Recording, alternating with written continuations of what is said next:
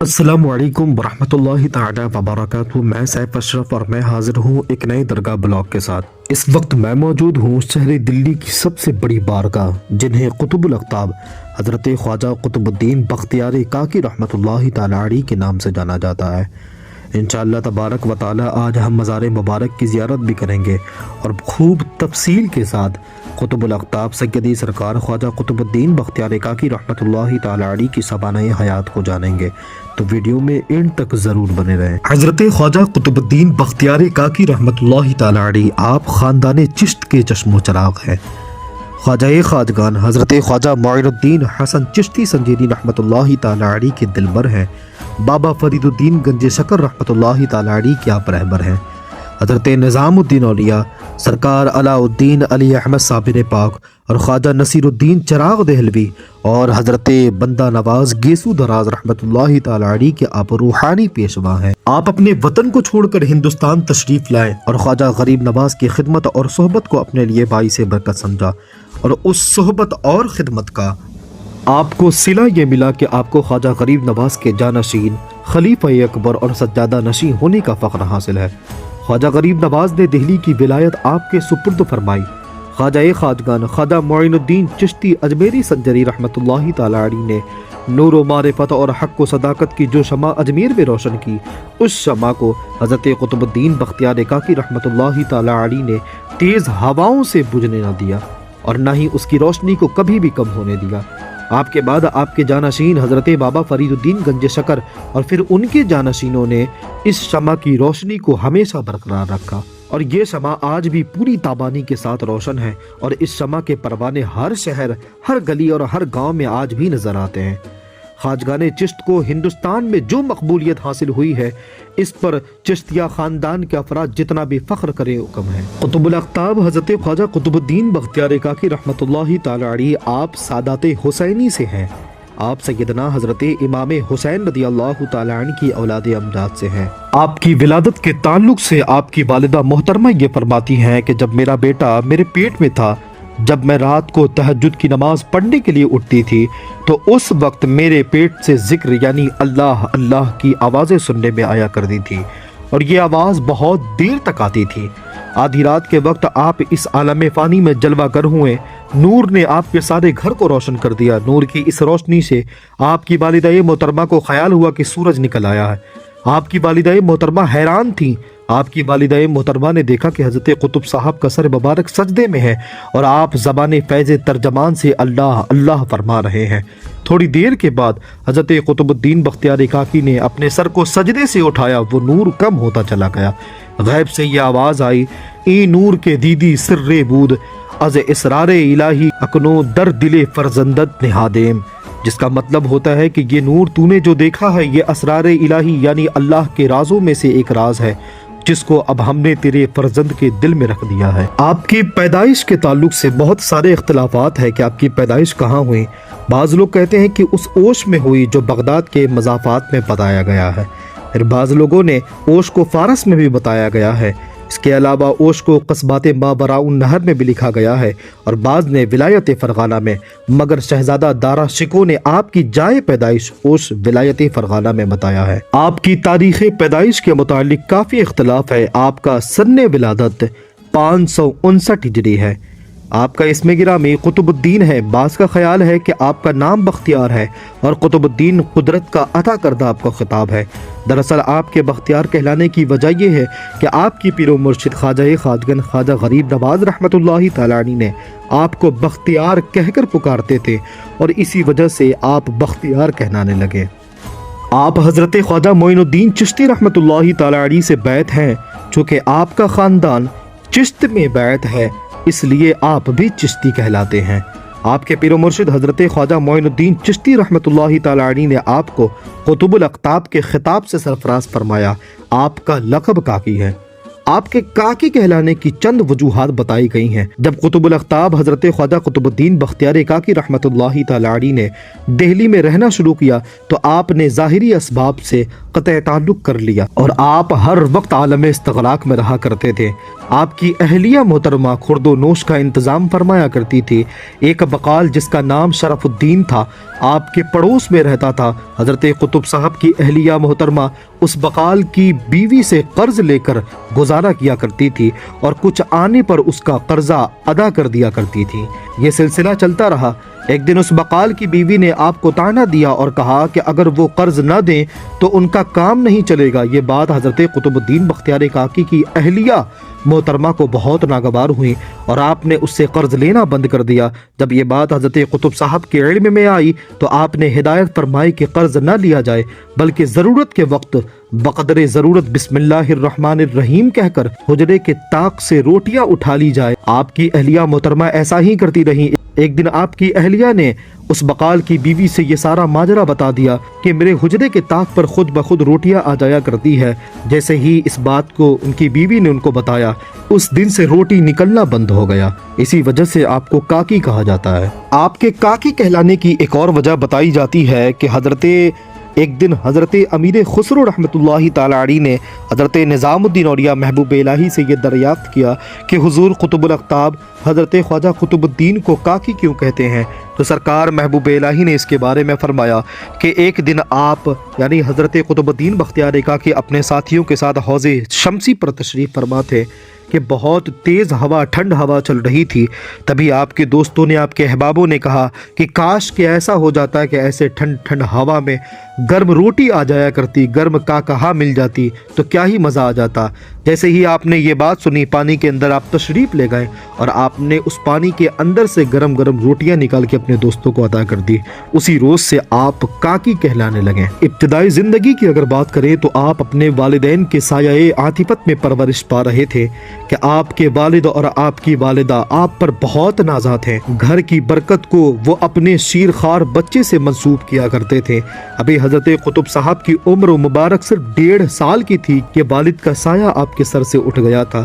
اب آپ کی پرورش کا پورا بار آپ کی والدہ محترمہ پر تھا۔ انہوں نے آپ کی تعلیم و تربیت کو ایک مقدس فریضہ سمجھا اور آپ کی ابتدائی تعلیم والدہ کی آغوش میں ہوئی۔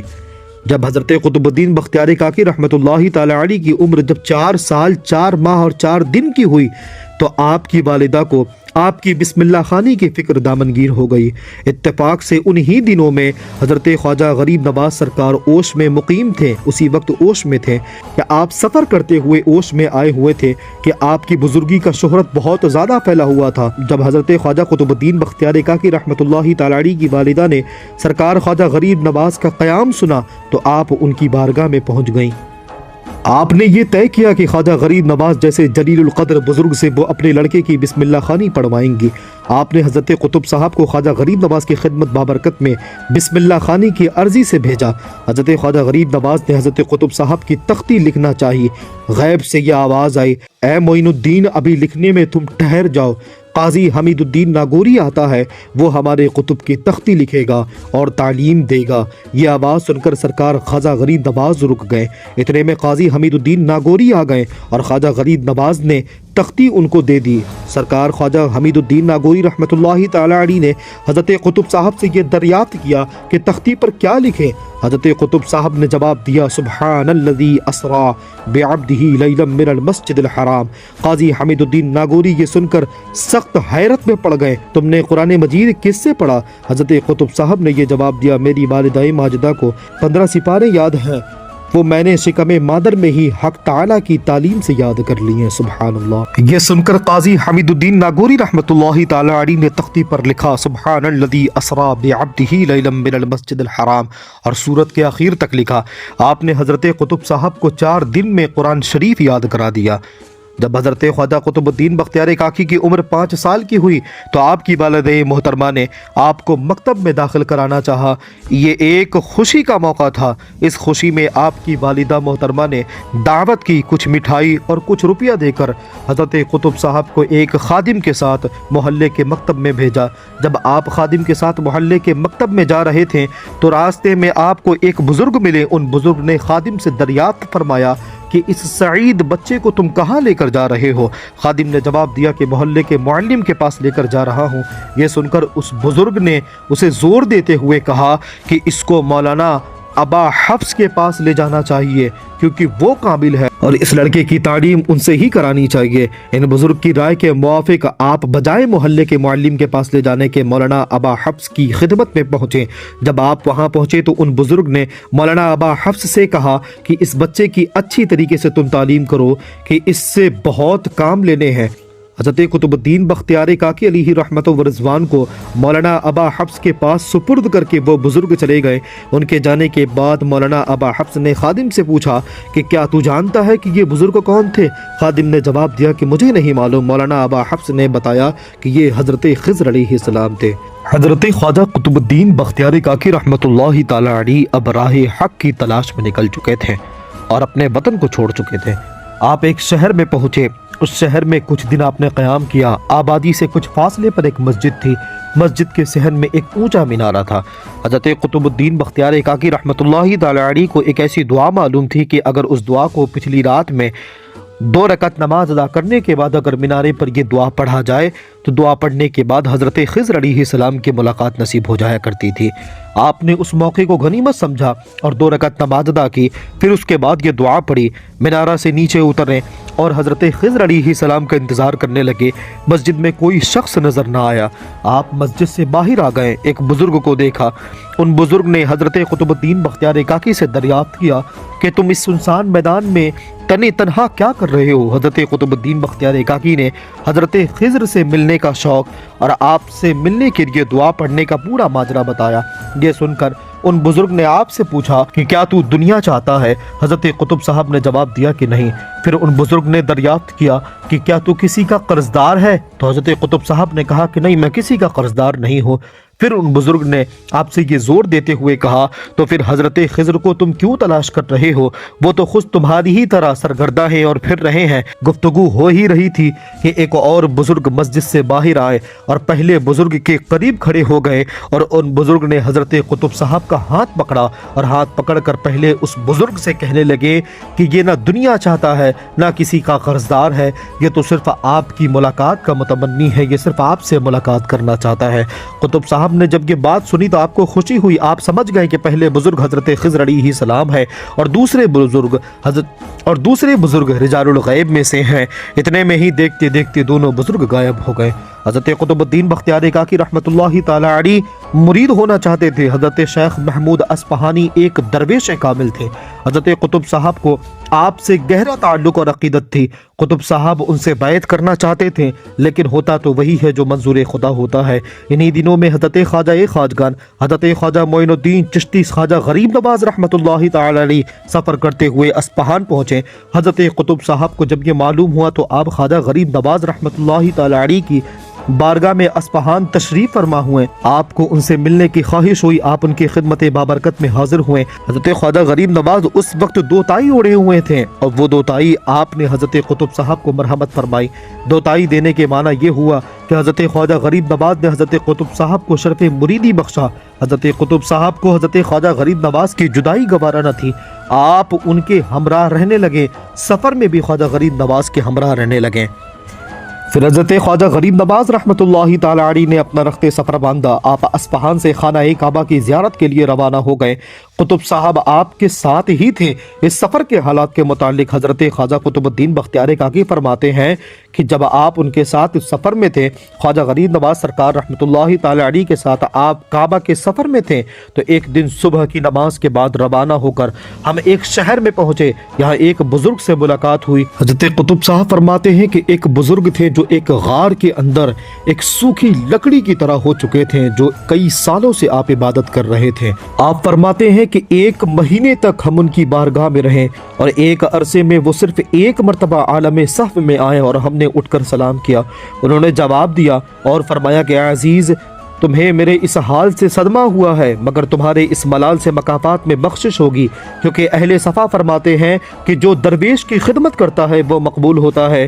الغرض انہوں نے بیٹھنے کے لیے فرمایا، ہم بیٹھ گئے۔ پھر فرمانے لگے، میں شیخ محمد اسلم کا فرزند ہوں، 30 سال سے عالم تحیر میں مستغرق ہوں، نہ مجھے دن کی خبر نہ رات کی خبر۔ خدا تعالیٰ تمہاری ہی وجہ سے آج مجھے عالم صحف میں لایا، تمہیں دوبارہ آنے سے تکلیف ہوتی، مگر یہ بات اس فقیر تقدیر کی یاد رکھنا کہ جب تم نے طریقت میں قدم رکھا ہے تو ہوائے نفس سے دنیا کی طرف متوجہ نہ ہونا، خلقت سے عزلت رکھنا، جو کچھ ملے اسے صرف کر دینا، اس میں سے کچھ نہ بچانا۔ 583 ہجری میں خواجہ غریب نواز کے ساتھ مکہ معظمہ پہنچے، زیارت کعبہ شریف سے مشرف ہوئے۔